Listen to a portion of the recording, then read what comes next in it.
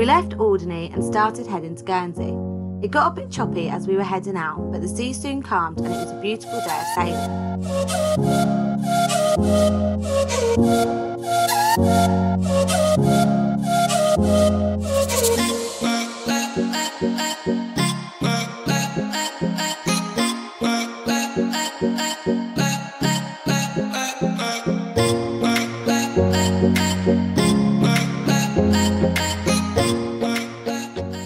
We arrived in Guernsey and moored up onto another boat because the Marina was so busy. We didn't do much the first night, but we went out exploring the following day.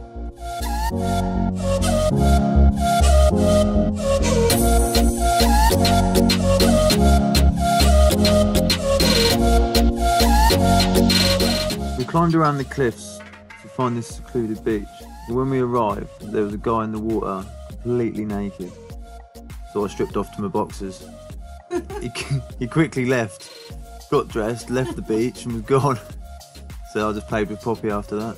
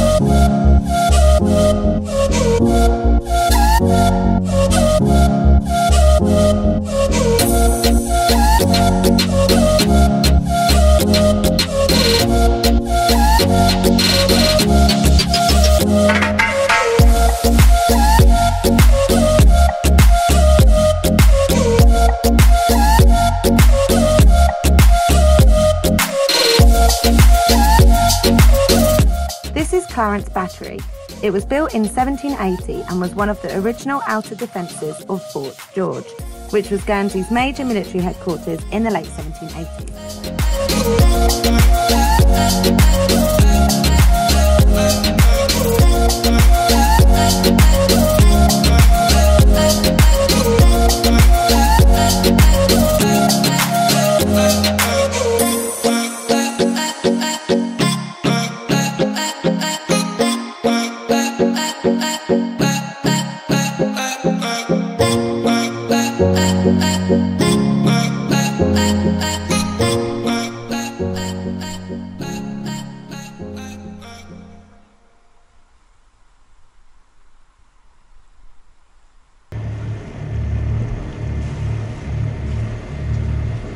We arrived in Lezardrieux at about 7:30 at night. It's along a river and the views are absolutely stunning. Well, me and Ryan were loving it anyway. Hello darkness, my old friend. I've come to talk with you again, because a vision softly creeping. Ryan, where are we? Lezardrieux? I don't know. Lezardrieux? Oi, oi, oi, stop it. Poppy? Little bitch. I believe it's pronounced Lezardrieux. Oh yeah? Since when did you have a French degree? I actually did French for... I think I did French GCSE. Right. Anyway. So you know how to count in your ABCs, but apart from that... I can talk in great detail about my house. Go on then. Where I live? Well, don't we live anymore? It. Now you're asking me where. Well, you gave me the question. I can talk about a house. You can talk about a house, so you can't even be descriptive about something that you want to talk about. A house is a mason. Right, okay. So I could say, I'll say I live in a big house. It has 4 bedrooms. No, let me stop you there, right? Yeah. Because that is absolutely useless to us whilst we're in France, because we don't need to talk about a house. What we need to talk about is food, beer, petrol, and the depth of the water. I can ask for a hot chocolate. Absolutely no good to us whatsoever.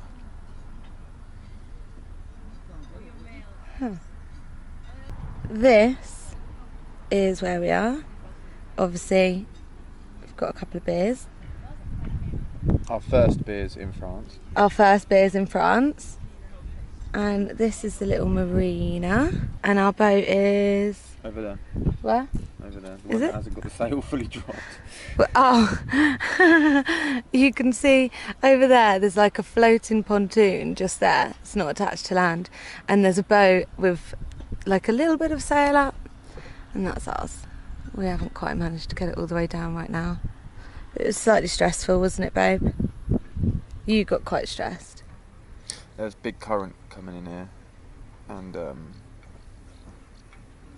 we didn't really know how long the prop was going to last, did we? Because it was No. covered in barnacles. So, Ryan, what are you doing? See what's wrong with the prop. So we've got a problem with our prop, which has meant that we think it's a problem with the prop. As we were leaving, the engine wouldn't go faster than, what was it? 3 knots. 3 knots. Yeah, and it won't rev over 2,200. Okay, so, Tide's going back out. alright.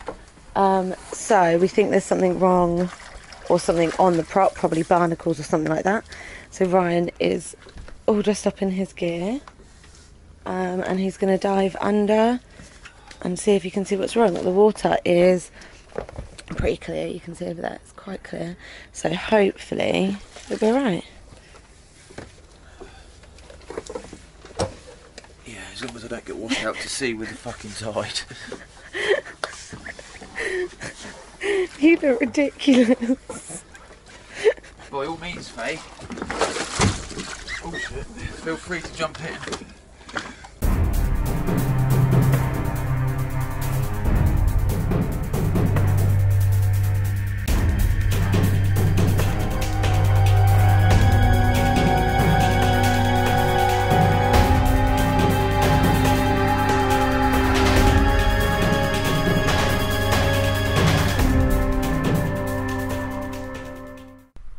Me and Faye spoke in great depth before I got in the water, whether to put a line in the water because of the current.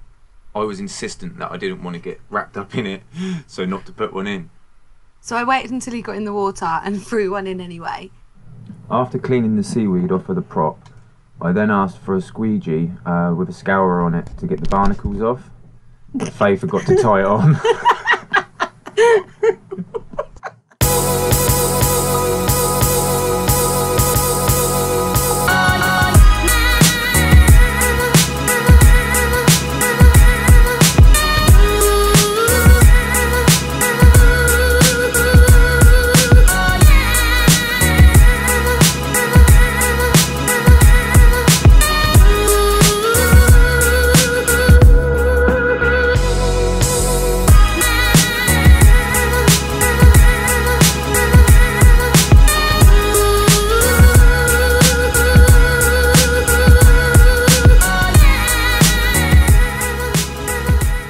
So we've just moored up in, where are we, babe?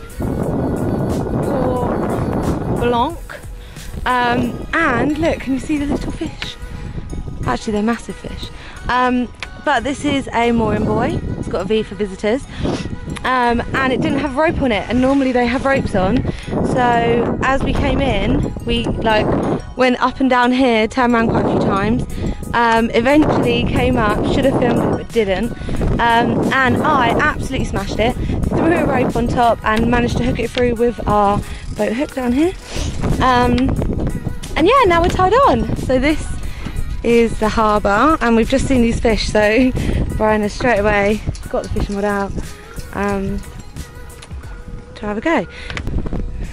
They are still down there. No, this is I've never caught anything.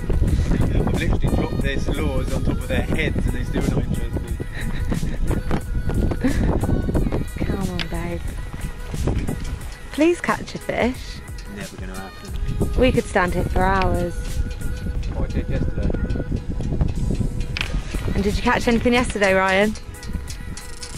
Bit of a backache. Have you ever caught anything, Ryan? Yeah, once, but I think that was by accident. And how long ago was that? 8 years ago. Maybe longer.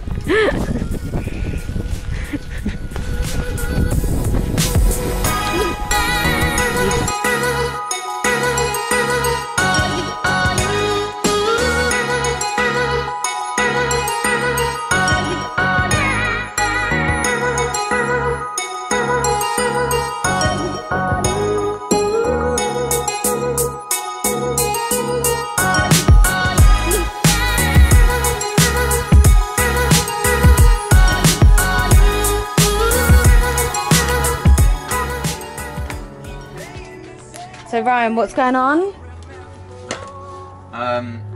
Well, the generator's not working, and I think we've got an airlock.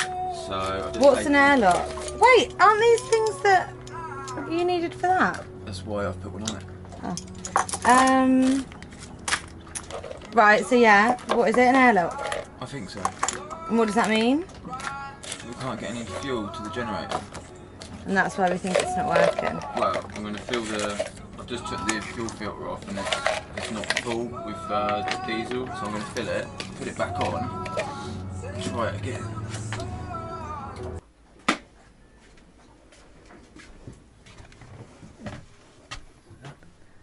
So, what's the situation, Ryan?